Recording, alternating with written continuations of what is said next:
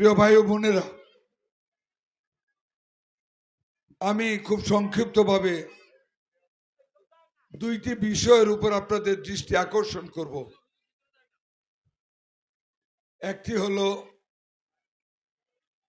আমরা বেহেশত কামনা করে দুজক থেকে পানা চাই, আগুন থেকে বাঁচতে চাই কার কাছে?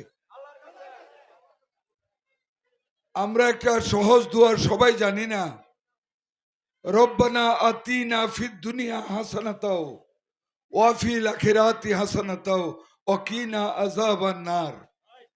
এর অর্থ হলো, হে আল্লাহ, তুমি আমাকে দুনিয়াতে কল্যাণ দান করো, হাসানা দাও। হুজুর এদিকে আসেন। আমাকে আখিরাতে আল্লাহ তুমি কল্যাণ দাও, আগুন থেকে তুমি আমাকে মাফ করে দাও। এই দোয়াটা কার কাছে করি আমরা? আল্লাহর কাছে। আরেকটা দোয়া আছে সবাই জানি, আল্লাহুম্মা ইন্নী আসআলুকাল জান্নাতা ওয়া আউযু বিকা মিনান নার। এটা কার কাছে করি? এটার অর্থ কি? আল্লাহুম্মা ইন্নী আসআলুকাল জান্নাত, আল্লাহ আমি তোমার কাছে জান্নাত চাই, বেহেশত চাই। আউযু বিকা মিনান নার, আমি আগুন চাই না, আমি পানা চাই আগুন থেকে, বেহেশত চাই তোমার কাছে। আল্লাহর কাছেই তো বলি নাকি? আর কারো কাছে বলেন? এবার নির্বাচনে শুনলাম কারা নাকি এসে আপনাদেরকে বলে কোন একটা মার্কায় ভোট দিলে বেহেশতে চলে যাবেন।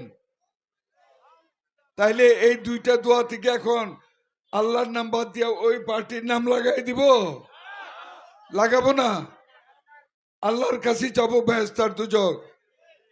আরেকটু বলি, কোরআনের 152, এই মেয়েরা বসেন একটু, আমি এদিকে আসেন, বসতে দিব। 152টা আয়াতে আল্লাহ তাআলা বেহেশতের জন্য পিতামাতার কথা আল্লাহ বলেছেন। একটি আয়াতে আল্লাহ বলেছেন, তোমাদের পিতামাতা যখন বৃদ্ধ বয়সে উপনীত হবে, তোমাদের মুখ থেকে সেবা করতে গিয়ে উফ শব্দটা যেন না বের হয়। আপনি বাপ্পার সেবা করতেছেন, এক পর্যায়ে কষ্ট নিচ্ছেন সেবা করাটাকে, আর বলে ফেললেন উফ, আপনি শেষ হয়ে গেলেন। পিতামাতার সেবা করতে যত কষ্টই হোক না কেন, উফ বলা যাবে না, বলতে পারেন না, ধ্বংস হয়ে যাবেন। আরেকটি আয়াতে আল্লাহ তাআলা বলেছেন, তোমরা আমার এবং পিতামাতার আনুগত্য করো। আল্লাহর সাথে, আল্লাহর বুকে পিতামাতাকে নিয়ে আল্লাহ বলেছেন, তোমরা আমার এবং পিতামাতার আনুগত্য করো। অনেক গন্ডগোল হচ্ছে প্রিয় ভাই বোনেরা, আমি একটু কথা বলতে চাই, ভোটার জন্য না, পরকালের জন্য। একটু চুপ করো বাচ্চারা।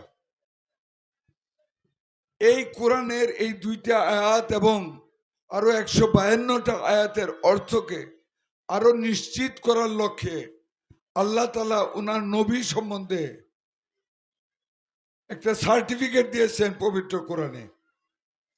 নবী বলেছেন পিতামাতার গুরুত্ব কতটুকু বেশি, আর নবীর কথা যে সত্য, এইটা আল্লাহ তাআলা কোরআনে সার্টিফিকেট দিয়েছেন আমাদের নবী সম্বন্ধে। নবী তো মানুষ, তবু আল্লাহ সার্টিফিকেট দিয়েছেন, ওই মানুষটাকে মহামানব করে সার্টিফিকেটটা দিয়েছেন আল্লাহ। সূরা আন-নজম, পবিত্র কোরআনের সূরা নজম যারা জানেন যে পড়বেন, প্রথম 4টি আয়াতে আল্লাহ কি বলেছেন?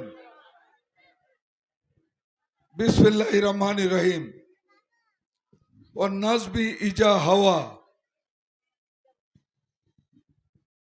বিসমিল্লাহির রহমানির রহিম, ওয়ান নাজবি ইজা হাওয়া মা দোয়াল্লা সাহিবুকুম ওমা গাওয়া ওমা ইয়ান্তিকু আনিল হাওয়া ইন হুয়া ইল্লা ওয়াহিয়ু ইউহা। প্রথম আয়াতে আল্লাহ বলেছেন, ও নাজবি ইজা হাওয়া, শপথ কাটতেছি, কসম নক্ষত্ররাজির, those who have become fade, যারা মলিন হয়ে যাচ্ছে, যে নক্ষত্ররাজি ডুবে যাচ্ছে, আমি আল্লাহ সেই নক্ষত্ররাজির কসম কেটে বলতেছি। কি কসম কাটতেছেন আল্লাহ? মা দোয়াল্লা সোয়াহিবুকুম ওমা গাওয়া। দ্বিতীয় আয়াত, কি বললেন?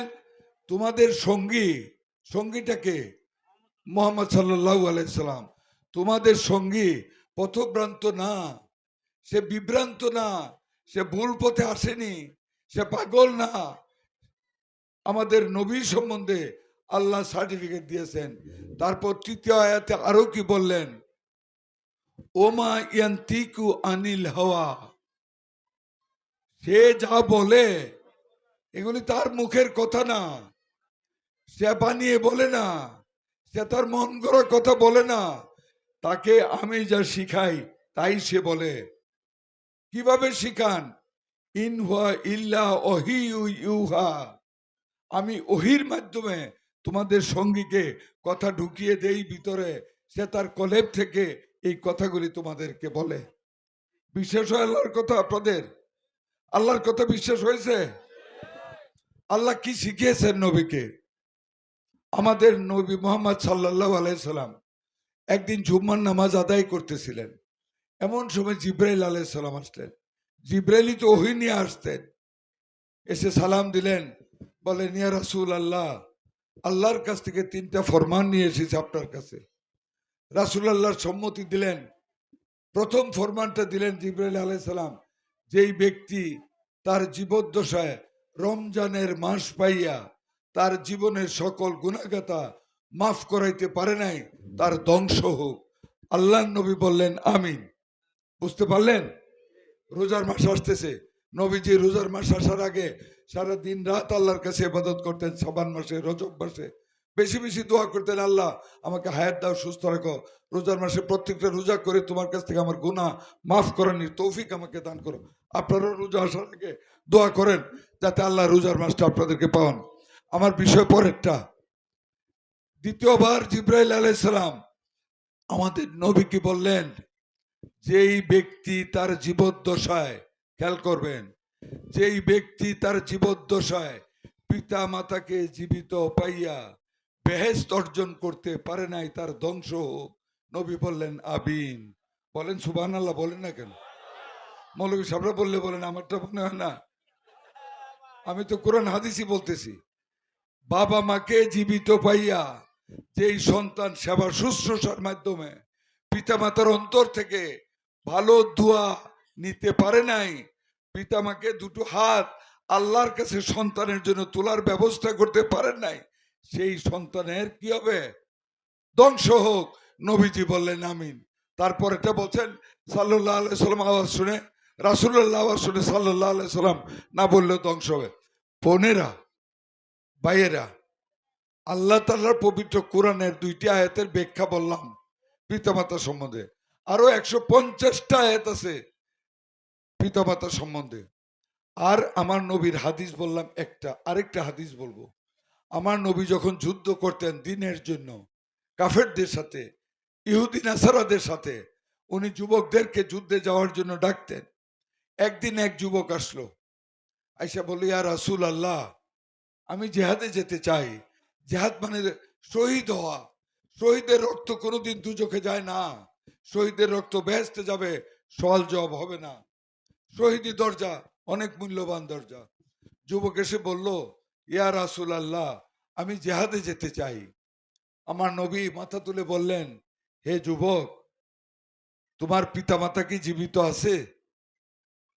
আল্লাহর নবীকে ওই যুবক বললেন, ইয়া রাসূল আল্লাহ, আমার পিতা মাতা জীবিত আছেন। নবীজি আবার মাথা তুললেন, বিনয়ের সাথে বললেন, হে যুবক, তোমাকে জিহাদে যেতে হবে না, তুমি বাড়ি ফিরে যাও, তোমার পিতা মাতার সেবা করো গিয়ে। চিন্তা করেছেন? জিহাদের চেয়ে উত্তম পথ বেহেশতে যাওয়ার, শহীদি দরজার চাইতে উত্তম পথ পিতামাতার সেবা করা। নবীজি ওই যুবককে বলে দিলেন চলে যেতে। তাহলে আমার বোনেরা, এখন বেহেশতা মার্কায় ভোট দিয়ে 12 তারিখ যাওয়া যাবে? বলেন আপনারা, পিছনে বোনেরা বলেন যাওয়া যাবে? যারা আজকে এসে আমার দিন সম্বন্ধে মিথ্যা কথা বলে, যারা আমার কোরআনের অপব্যাখ্যা দেয়, যারা আমার নবীর হাদিসকে গোপন রাখে, যারা পিতামাতার কাছে আল্লাহর দেওয়া ক্ষমতাকে কেড়ে নিয়ে মার্কায় শিলের মধ্যে বেহেশতে নিয়ে যায়, তাদেরকে ভোট দেবেন? আপনারা বলেন দেবেন? দেওয়া যায়? আরেকটি প্রসঙ্গে আসবো। তারা নাকি এসে বলে ওরা নতুন, বিএনপিকে আগে ভোট দিয়েছেন, দেশ শেষ করে ফেলেছি আমরা, এবার আমাদেরকে দেন, আমরা নতুন, আমরা দেশটাকে স্বর্গ বানিয়ে দেব, আপনাদেরকে বিনা দুর্নীতিতে চাকরি দিব, অনেক কিছু বলে। আমি আপনাদেরকে বলবো এরা কি নতুন? যদি আমার কথার পরে আপনারা বলেন যে নতুন, আমি ইলেকশন করব না, এইখান থেকে বিদায় নিয়ে যাব। আর যদি বলেন নতুন না, তাহলে তাদের ভোট না দিয়ে বিচার করতে হবে। প্রিয় বোনেরা আমার, 1971 সন, আজকে থেকে ৫-৫০ বছর আগের ইতিহাস। এখানে আমার চোখে আছে কিছু মহিলা যারা হয়তো দেখেছেন, কতটুকু শুনেছিলেন বা দেখেছিলেন জানি না। আজকে আমি ইতিহাস থেকে আপনাদেরকে বলবো, আমি একজন মুক্তিযোদ্ধা। সেই সময়ের ঢাকা বিশ্ববিদ্যালয়ের অর্থনীতি বিভাগের ২য় বর্ষের ছাত্র, মহসিন হলের আবাসিক ছাত্র। আমি বলবো আপনাদেরকে তারা নতুন কিনা। বোনেরা, আমার একটা বোন এখান থেকে, আপনি আজকে বাসায় গিয়ে, প্রত্যেকে বাসায় গিয়ে আধাটা ঘন্টার জন্য চোখ বুজে অন্ধকার করে স্বামী সন্তানকে দূরে দিয়ে একটু কল্পনার জগতে চলে যান। কি কল্পনাটা করবেন? চোখটা বুঝে ভাবুন তো, যে আপনি সে 1971 সনের 17 বছরের একটা যুবতী মেয়ে, আপনাকে বিয়ের পিড়িতে 27শে মার্চের পরে আপনাকে বিয়ের পিড়িতে যে কোনো একটা রাতে আপনার পিতামাতা বসিয়েছেন আপনাকে বিয়ে দেবেন। আপনার হাতে মেহেদির রং, আপনার পায়ে আলতা, ঝুনঝুনি ঘন্টি, বান্ধবীরা হলুদ দিচ্ছে আপনার মুখে হলুদ শাড়ি পরে। এমন সময় কারা যেন আসলো, উর্দু কথা বলতে বলতে মানুষ রূপী কিছু শকুন আপনাকে থাবা দিয়ে আপনার মুখ বেঁধে আপনাকে নিয়ে যাচ্ছে। আপনি বাঁচাও বাঁচাও চিৎকার করতেছেন, আপনার মুখকে চেপে ধরলো। আপনি ভাবুন কারা নিয়ে যাচ্ছে। আপনার পিতামাতা কান্নাকাটি করতেছে, ওদেরকেও পিটাচ্ছে, বন্দুক দিয়ে গুলি করে ভয় দেখাচ্ছে। এরা কারা? আপনাকে নিয়ে যাচ্ছে। আপনার বিয়ে হলো না, আপনাকে নিয়ে কিছুক্ষণ ঘুরে একটা ঘরে রাখলো, চোখের কাপড় খুলে দিল। আপনি ভাববেন আমার প্রত্যেকটা কথা আজকে রাতে গিয়ে বোনেরা, চোখের কাপড় খুলে দেখলেন সেই ঘরের মেঝেতে আরো 10টা-15টা মেয়ে হাতের উপর মাথা দিয়ে অর্ধনগ্ন অবস্থায় বিবস্ত্র রমণীরা শুয়ে আছে, কেউ কাঁদছে, কেউ ঘুংরাচ্ছে, আর পা দিয়ে ফ্লোরে মারতেছে। কিছুক্ষণ পরে আবার শুনলেন কারা যেন আবার আসছে, বুটের বুটের আওয়াজ, উর্দু ভাষার কথা, ঘরে ঢুকলো, হুমড়ি খেয়ে আপনাদের উপর পড়লো, দর্শনের তাণ্ডব চালালো আপনাদের সহ সবাইকে। ওরা কারা? এইভাবে দিনের পর দিন, রাতের পর রাত, 9টা মাস আমার 2 লক্ষ মাকে দর্শন করেছে। কারা করেছে বলুন? কারা? আপনারা বলুন, বলুন জুড়ে কারা করেছে? আমার বোনদেরকে কারা ধরে নিয়েছিল? রাজাকার, রাজাকার কারা সৃষ্টি করেছিল বলুন? এই জামাতে ইসলাম। বিয়ের পিড়ি থেকে নিয়েছে, নদীর ঘাট থেকে নিয়েছে, মায়ের কুল থেকে নিয়েছে, কলেজে যাওয়ার পথে নিয়েছে। আমার 2 লক্ষ বোনকে তারা তুলে নিয়ে পাক হানাদার বাহিনীর কাছে দিয়ে দিয়েছে দর্শন করার জন্য। ওরা কি নতুন? বলুন আপনারা, ওরা নতুন? ওদেরকে আমরা চিনি না? ওরা ৫-৫০ বছর আগে আমার 2 লক্ষ মায়ের সম্ভ্রম নষ্ট করেছে। যাদেরকে দেখেছি কোথায় জানেন? স্বাধীনতার পর এই যে আপনাদেরকে বললাম, একটা কল্পনা করলেন, একদিন হঠাৎ শুনলেন আকাশে গুলির আওয়াজ, আকাশে স্ফুলিঙ্গ আগুনের, কারা যেন ছুটাছুটি করতেছে আর বলতেছে বাংলাদেশ জিন্দাবাদ। আপনি বুঝলেন দেশটা স্বাধীন হয়েছে, এবার বুঝি মুক্তি হবে।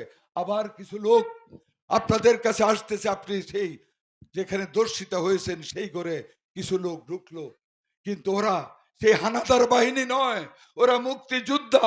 আপনাদেরকে মা ডেকে বোন ডেকে কোলে করে নিয়ে গেছে আশ্রয় দিতে। এর একটি আশ্রমখানা ঢাকার ধানমন্ডির 2 নম্বর রোডের হোয়াইট হাউস, বিহারীদের একটা পরিত্যক্ত বাড়ি। সেই হোয়াইট হাউসে আপনাদেরকে 100-200 মেয়ে রাখলো।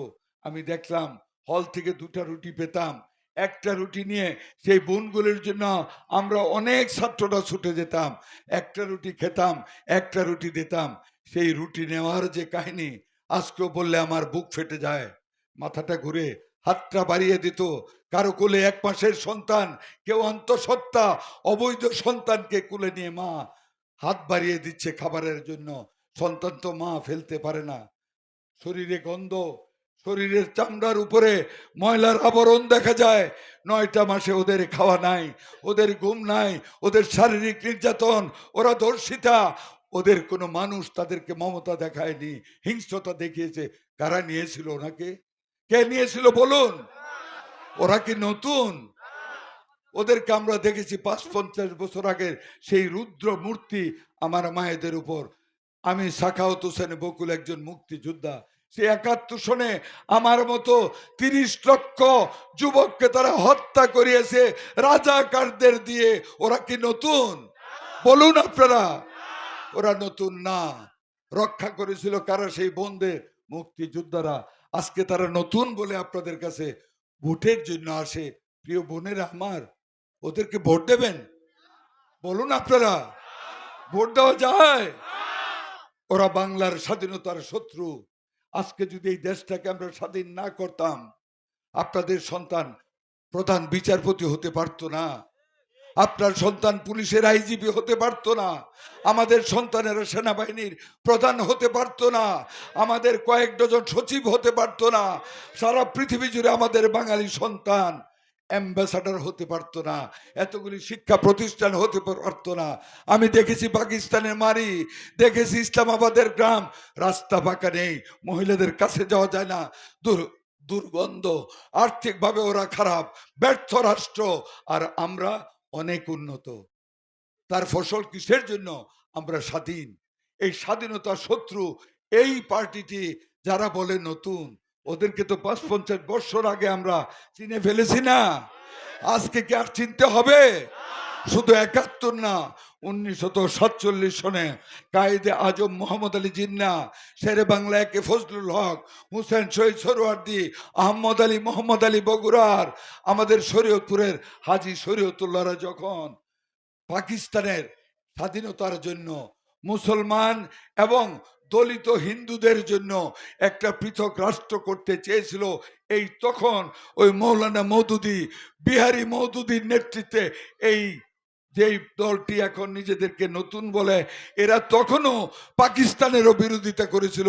এই তারাই আমাদের বাংলাদেশের স্বাধীনতার বিরোধিতা করেছিল। তারা কি আজকে নতুন? বলেন নতুন? এই মুনাফেকদেরকে ভোট দেওয়া যায়? ওরা কারা আমি জানি না, যারা বলে নতুন আমি তাদের উদ্দেশ্যে বলতেছি, আমি কিন্তু কারো নাম বলি নাই, তাদের উদ্দেশ্যে বলতেছি। ওরা নতুন নয়, ওরা আমাদের চেনা, আমাদের মায়েদের দর্শনের সহযোগী। ৩০ লক্ষ শহীদের রক্তের সাথে ওদের হিংস্র মুখ মিশে আছে। আজকে যদি তারা জিতে, আমি হারবো না, আমি বকুল হারবো না যদি আমাকে আপনারা হারান। হারবে 2 লক্ষ মায়ের আর্তনাদ, হারবে বাংলাদেশের জমিন, হারবে 30 লক্ষ শহীদের সেই হাহাকার করা মাগুলি, যারা সন্তান হারিয়ে লাশ দেখতে পারেনি এই দেশের স্বাধীনতার জন্য, যারা ঝান্ডা তুলে সন্তানের সুখ ভুলে গিয়ে বলেছিল বাংলাদেশ জিন্দাবাদ। হেরে যাবে তারা, আপনারা হারাবেন। আমি একজন মুক্তিযোদ্ধা, আমি কি আপনাদের একটা ভোট? আজকের দিনে যখন নির্বাচন হচ্ছে, মুক্তিযুদ্ধের পক্ষের শক্তি, মুক্তিযুদ্ধের বিপক্ষের শক্তি, আমি মুক্তিযোদ্ধা।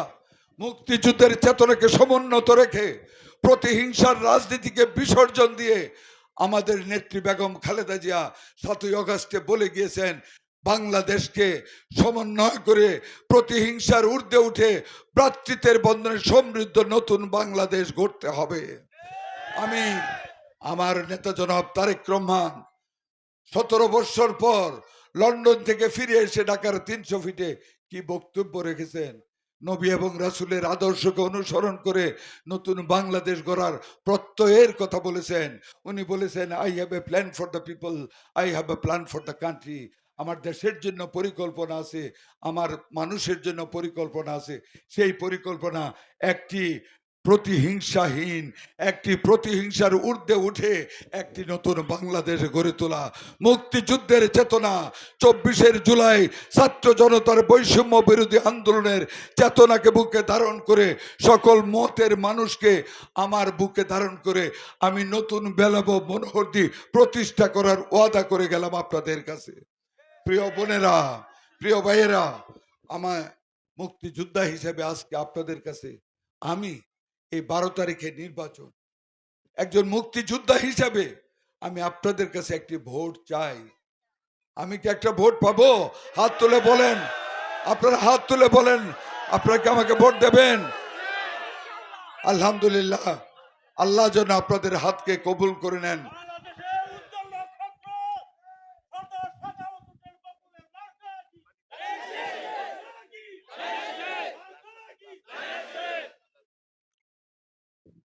প্রিয় বোনেরা, বক্তব্য প্রায় শেষ।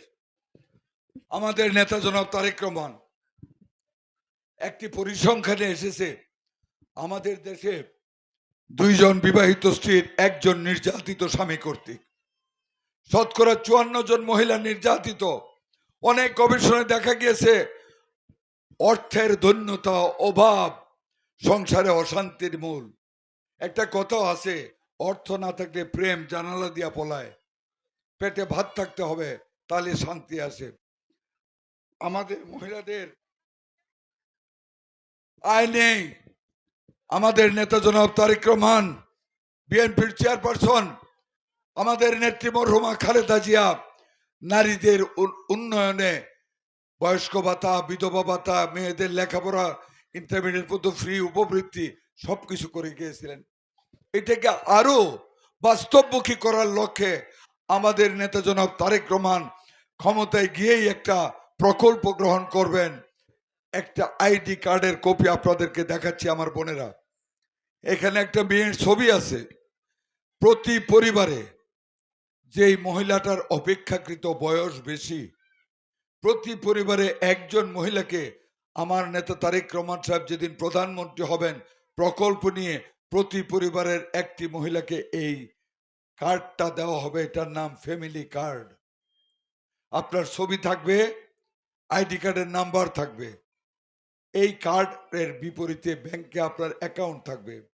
প্রতি মাসে 2500 টাকা করে আপনার অ্যাকাউন্টে জমা হবে, আপনি উঠাবেন, নগদ পাবেন। এই প্রকল্প বোনের আমার, বিধবা ভাতা, বয়স্ক ভাতা, অন্তঃসত্ত্বা ভাতা, উপকারভোগীর সংখ্যা বৃদ্ধি করা হবে, অর্থের সম্মানী ভাতাটাও বৃদ্ধি করা হবে। এটা তো টাকা পাবেন। আপনাদের কুটির শিল্পের ব্যবস্থা করব, জিনিস বানাবেন, আপনারা ব্যবসায়ীদের কাছে বিক্রি করবেন, অর্থের যোগান হবে আপনাদের কাছে। চতুর্থ যেই জিনিসটা আমি ব্যক্তি পর্যায়ে করে যাচ্ছি, আমাদের নেতা তারেক রহমানের পলিসি অনুযায়ী বড় বড় শিল্প প্রতিষ্ঠানকে বা নতুন শিল্প উদ্যোক্তাদের গ্রামে গঞ্জে শিল্প কারখানা করতে বলা হবে স্বল্প সুদে ঋণ দিয়ে। কারণ গ্রামের ভিতরে শিল্প হলে আমার বোনরা, আমাদের মায়েরা চাকরি করে স্বাবলম্বী হতে পারবে। আমি প্রাণ গ্রুপ অফ ইন্ডাস্ট্রিজ এবং আকিজ গ্রুপ অফ ইন্ডাস্ট্রিজ 2টা কোম্পানির সাথে আলাপ করেছি। প্রাণ গ্রুপ অলরেডি জমি দেখতেছে হেতিমদির মাঠে এবং দৌলতপুর ইউনিয়নের আরিয়াল খান নদীর উত্তর পারে কাপাসিয়ার সীমানায়। ইনশাআল্লাহ আশা করি প্রাণ গ্রুপের ইন্ডাস্ট্রি তাড়াতাড়ি হবে। তাদেরকে আমি বলেছি তোমরা শিল্প কারখানা করো, আমি আগেই গ্যাস এনেছি, ওই গ্যাসের মুখ থেকে তোমাদেরকে গ্যাস এনে দেব। শর্ত একটা, বেলাবো মনোহরদের বাইরের কোনো মেয়েকে চাকরি দেওয়া যাবে না, সকল চাকরি পাবে আমার মনোহরদের এবং বেলাবরের মেয়েরা। দূর দূরান্তর থেকে যাবেন, কোম্পানি আপনাদেরকে বাস দেবে, বাসে যাবেন, বাসে ফিরবেন, মাসের শেষে মোটা অঙ্কের বেতন পাবেন। এই 4 ভাবে আপনারা টাকা পাবেন। টাকা পেলে কি হবে বোনেরা? অনেকগুলি বোন এখানে, নাও তো বাঁচতে পারি, কতগুলি বাস্তব কথা বলে যাই। এই যে আমার বোনেরা বলছি, প্রতি 2 জনের 1 জন নির্যাতিত। কিভাবে নির্যাতিত? অনেকের বাপ বাবা মা বেঁচে আছেন, অনেকের বোন আছে, বছরে একবার তো বাবার বাড়িতে যান। কার ইচ্ছা করে না যে বাবা মার জন্য 1 কেজি মিষ্টি নিয়ে যাবেন, অথবা বোনের বাচ্চাদের জন্য কিছু উপহার কিনে নেবেন? এটা কি ইচ্ছা করে আপনাদের? করে। টাকা নাই অনেক মহিলার, বেকার, বাধ্য হয়ে আরেকটা উপলক্ষ আছে। এই যে রাস্তাঘাটের ভিতরে ফেরিওয়ালারা ঢোকে না, ঢোকে তো, ওরা কি বলে, নেবেন 50 টাকা মাথার বালিশ, 100 টাকার কুল বালিশ, 40 টাকার আম্রপলি আম নেবেন কয়ে ডাকে। আবার কেউ কেউ ডাকে মোড়া ফাটার মলম, বেজিলিন নেবেন, শিশু মালতী ঠুট ফেটে গেছে নেবেন, ডাকতে থাকে। মজা কয়ে ডাকে, বাচ্চারা টানে, মা মজা দাও। আপনারও ইচ্ছা করে কিছু জিনিস কিনতে, 1 কেজি আম্রপলি, আরো কিছু কিনতে ইচ্ছা করে, টাকা নাই। এদিক ওদিক তাকিয়ে স্বামীর কাছে হাত পাতেন, খুব বিনয়ের সাথে বলেন, যেটা গ্রামের মেয়েরা আমাদের মায়েরা করে, কয়টা টাকা দাও না, কালকে বাপের বাড়ি যাব, কিছু নেই আমার বাপ মার জন্য। অথবা মজা নিয়ে যাচ্ছে, বাচ্চাটা কাঁদতেছে, কয়টা টাকা দাও না। স্বামীগুলি কি করে, আমাদের স্বামীদের নেচার, বেজার হইবেন, আমার মারবেন যাওয়ার সময়, পারবেন না, তাহলে বলি, টাকাটা যখন চান চোখটা এরম বড় করে, রাগে রক্ত আসে। এটা এক ধরনের পুরুষ। আরেক ধরনের পুরুষ, আর খায়া দেয় কাম ফাইলে না, তুই করে কয়ে মাটিতে একটা মোড়া মারে, তখন তুমিও কয় না তুই। তৃতীয় ধরনের পুরুষের নোংরা গ্রাম্য ভাষায় একটা গালি দেয়। চতুর্থ টাইপের পুরুষটায় ফাজুন থাকলে ফাজুন একটা বাড়ি দেয়, আর না বিশুন থাকলে বিশুনের ডাটিতে বাড়ি দেয়, আর না আন্দা গুন্দা একটা থারভা মারে, গালো না কানও খেয়াল করে না। 2 জন মহিলার চিকিৎসা করেছি, স্বামীর থাপ পরে কানের পর্দা ফাইটে গেছে, আমি টাকা দিয়ে করেছি। এটা আমরা অসভ্য, এই পাক ভারত উপমহাদেশের মানুষগুলি অসভ্য, পশ্চিমা বিশ্বে এগুলি নাই। যাক, এই কারণে মহিলাদের আমরা টাকার যোগান দিবে আমাদের নেতা তারেক রহমান। ওই যে বললাম ফ্যামিলি কার্ডে বছরে 30,000 টাকা পাবেন, আরো 3 উপায়ে টাকা পাবেন। স্বামীরা যখন দেখবে টাকা কোর্সের মধ্যে আপনার মোটা হয়ে উঠতেছে, একদিন বিকালে দেখবেন স্বামী তার কাছে টাকা নাই, আপনার কাঁধের উপর আস্তে করে ডাইন হাতটা ফেলাবে, আপনি স্বাভাবিকভাবে কে হাত দিল পিছনের দিকে তাকাবেন, তাকাবেন না? তখন বলবেন কি হয়েছে তোমার, ও বলবে যে কয়টা টাকা দাও না, বাজারে যাবো, আমার টাকা নাই। আপনার তখন ওই খারাপ ব্যবহারগুলির কথা মনে হয়, বলবেন না, মুখটা বেঞ্চে না, দিব না। দ্বিতীয়বার স্বামী আবার বলবে, দাও না কয়টা টাকা, মাসের শেষে লাভ সহ ফেরত দিব না। এইবার মনে হবে ওই গালির কথা, নোংরা গালি, তখন আবার জুড়ে বলবেন না, তোমাকে টাকা দিবই না। স্বামী তখন 2বার ব্যর্থ হয়ে অন্য কৌশলে চলে যাবে, তখন আর তুমি তুমি বলবে না, বলবে দেন না কয়টা টেহা, আপনি বলবে, তখন আপনি বলবে। আপনি কি বিশ্বাস হয় না? বিশ্বাস করেন, কেন বলেছি এই কথাটা? আমার বউ তারা 6 বোন, আমার শ্বশুর শাশুড়ির মৃত্যুর পরে ঢাকার ধানমন্ডি 1 নম্বর রোডের বাড়ি বিক্রি করেছে, 68 লক্ষ টাকা করে ওনারা পেয়েছেন। আমার স্ত্রী 2টা অ্যাপার্টমেন্ট কিনেছেন। আমি ভাবলাম এই সংসারে আমার স্ত্রী 2টা অ্যাপার্টমেন্ট কিনছেন, তাকে খুশি করার মতো আমার তো তৌফিক নাই। একদিন গোসলে যাই, বাথরুমের সামনে জুড়ির ভিতরে দেখি তার কয়েকটা কাপড়। হঠাৎ কেন বুদ্ধি জাগলো, ওনার কাপড় ধুয়ে দিব আজকে। 2টা কাপড় নিয়ে বাথরুমে চলে গেলাম গোসল করতে, কাপড়গুলি ধুইলাম, আমি গোসল করলে বারান্দায় নামলাম, আমার স্ত্রী বারান্দায় গিয়ে দেখে তার কাপড় ধোয়া। ও আমাকে জিজ্ঞেস করে, আমার কাপড় ধুইলো কে? কাজের বউ তো ছুটিতে গেছে একটু। আমি বললাম কেন, আমি ধুয়ে দিছি। বলতে তুমি ধুইলা কেন? আমি বললাম ওই 68 লাখ টাকা ঋণ শোধ করলাম, 68 লাখ টাকার মজুরি দিয়া দিলাম। আল্লাহর রহমতে আমাদের নেতা জনাব তারেক রহমান আপনাদেরকে এমনই স্বাবলম্বী করবে, এই যে পুরুষগুলি দাঁড়ায় আছে সব আমনে কবার কাপড় দিয়ে দিব, কাপড় দোয়ার দেওয়া আমার কি 2টার না, এই যে 2 সব রাজি।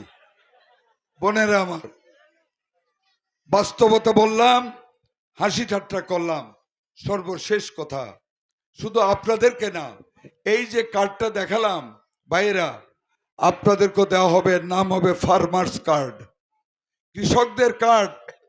সরকার থেকে এই কার্ডের বিনিময়ে, কার্ড দেখিয়ে কোনো সময় দোকান থেকে বিনামূল্যে, কোনো সময় একেবারে নগণ্য নিম্নতম মূল্যে সার, কীটনাশক এবং বীজ নিতে পারবেন। প্রত্যেক মসজিদের মুক্তিযুদ্ধের সপক্ষের শক্তির ইমাম এবং মুয়াজ্জিনদের মাসিক নগদ টাকায় সম্মানী প্রদান করা হবে। গির্জার পুরোহিতদের, খ্রিস্টানদের তাদেরকেও সম্মানী দেওয়া হবে। আমার হিন্দু ভাইদের মন্দিরের ঠাকুরকেও সম্মানী দেওয়া হবে। এভাবে সমাজের প্রত্যেকটা স্তরে টাকার একটা প্রবাহ সৃষ্টি করা হবে, যাতে আমাদের মানুষ অভাব অনটনে পুষ্টির অভাবে না পড়ে। শুধু তাই না, আমাদের নেতা জনাব তারেক রহমানের আরো পরিকল্পনা রয়েছে। প্রত্যেকটা শিক্ষা প্রতিষ্ঠানে আমরা তৃতীয় ভাষা হিসেবে অ্যারাবিক ল্যাঙ্গুয়েজ ভাষাকে চালু করা হবে। ওই অ্যারাবিক শেখানোর জন্য হাজার হাজার শিক্ষা প্রতিষ্ঠানে হাজার হাজার চাকরি দেওয়া হবে শিক্ষকের। সেইখানেও আমার শিক্ষিত বোনদের অগ্রাধিকার দেওয়া হবে। বোনেরা, এইভাবে আমরা একটা সমন্বিত সামাজিক ব্যবস্থা গড়ে তুলব। আমি ব্যক্তিগতভাবে একটা শপথের কথা বলেছি, সকল মানুষকে বুকে ধারণ করে সকল মতের মানুষকে নিয়ে আমি নতুন বেলাব মনোহরদি গড়ে তোলার প্রত্যয় ঘোষণা করে গেলাম।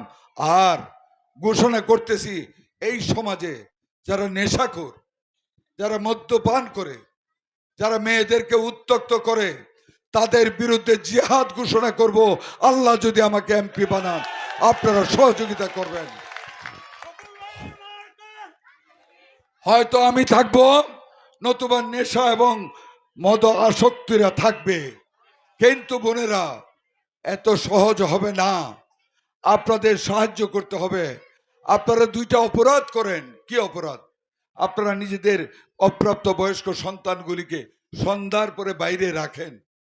বাইরে যে পাখিরা থাকে ওদের কি কয়? কুফই। সকল পাখিরা নিরে যায়, একটা ফই ঘুরে ঘুরে ইন্দুর খায়, এটার নাম কুফই। এই বাচ্চাদেরকে আপনারা বাইরে রাখেন, এরা তো ভালো হবে না।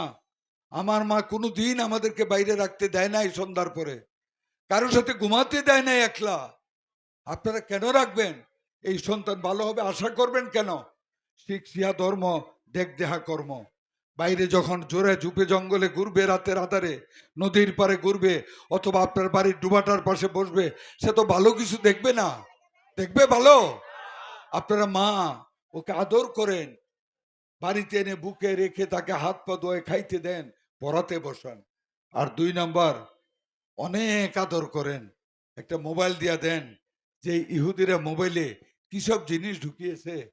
আপনারা তো প্রায় বিবাহিত, বিবাহিত জীবনের শেষ পর্যায়ে এসে আমি যা বুঝি না, আমাদের সন্তানরা এতটুকুন যাদেরকে মোবাইল দেন এর চেয়ে অনেক অনেক বেশি বুঝে। এই সন্তান ভালো হবে কেমনে? হাত বাঁধবেন, পা হাত বাঁধবেন, পা বাঁধবেন, মন বাঁধতে তো পারবেন না। পারবেন? কাজে সন্তান তো ভালো হবে না। মনে মনে শপথ করে যান, সন্তান কাঁদে মোবাইলের জন্য, থাপ্পড় দেন। Are we the slaves of the children? We are not the slaves of our children, we are the guardian. আমরা দাস না ওদের, ওদের অভিভাবক। ওদেরকে মানুষ করার দায়িত্ব আমাদের। ওইভাবে মানুষ করবেন, আদর দেন, সোহাগ দেন। খালি নিজের জীবনটা নিয়ে চিন্তা করবেন না। মোবাইল দেবেন না, সন্ধ্যাবাতির আগে ঘরে ফিরান। বাকি দায়িত্বটুক তারেক রহমানের নেতৃত্বে আমি করে যাব। আমার দলের যুব সমাজকে নিয়ে, ভালো মানুষগুলিকে, সকল মতের ভালো মানুষকে নিয়ে গ্রামে গ্রামে কমিটি করে কাউন্সিলিং এর মাধ্যমে ছেলেদেরকে মেয়েদেরকে খারাপ রাস্তা থেকে ফিরে আনবো ইনশাল্লাহ, ওয়াদা করে গেলাম। প্রিয় ভাই এবং বোনেরা, কে নাকি হুমকি দিচ্ছে? সাখাওয়াত হোসেন বকুল। আমি মুক্তিযুদ্ধ করেছি, আমি কারোর সাথে কোনো অন্যায় করি না, কিন্তু যদি আমার কর্মীদেরকে ভোট চাওয়ার কারণে কেউ হুমকি দেয়, আমি কিছু করব বলবো না, আমি আইনের আশ্রয় নিব। এবার আইন আছে, নির্বাচনী কার্যক্রমে কেউ যদি কাউকে বাধাগ্রস্ত করে, কারো অফিসে কেউ যদি হামলা করে, কঠিন বিচারে মুখোমুখি হতে হবে। আজকেরটা ছেড়ে দিলাম, এরপর যদি আমার একটা কর্মীকে কেউ হুমকি প্রদান করে, আমি কিন্তু কঠিন ব্যবস্থা নেব। আপনারা মনে কষ্ট পাবেন? কষ্ট পাবেন না। আমরা সবাই মিলে দেশটাকে এগিয়ে নিতে চাই, শান্তির দিকে এগুতে চাই। আবারও আপনাদের কাছে একটি ভোট ভিক্ষা চেয়ে আমার বক্তব্য শেষ করব। দেবেন আমাকে ভোটটা? বোনেরা দেবেন? হাত তুলেন সবাই যদি দেন। আলহামদুলিল্লাহ, আল্লাহ আপনাদের দীর্ঘজীবী করুন। দেখা হবে আবার 12 তারিখে। এইবার 1 ঘন্টা বেশি সময় ভোট, 7:30 থেকে শুরু হবে। 7টার আগে আপনারা কেন্দ্রে চলে যাবেন। আমার নেতৃবৃন্দ যারা দূরবর্তী স্থানে কেন্দ্র, আপনারা গাড়ি দিয়ে আমাদের অসুস্থ মা বোনদের ভোট কেন্দ্রে নিয়ে যাবেন। আপনাদের আল্লাহ দীর্ঘজীবী করুন। আল্লাহ হাফিজ। বাংলাদেশ জিন্দাবাদ। তারেক রহমান জিন্দাবাদ। খালেদা জিয়া অমর হোক। শহীদ জিয়া অমর হোক। আসসালামু আলাইকুম রহমতুল্লাহ বারাকাতুহু।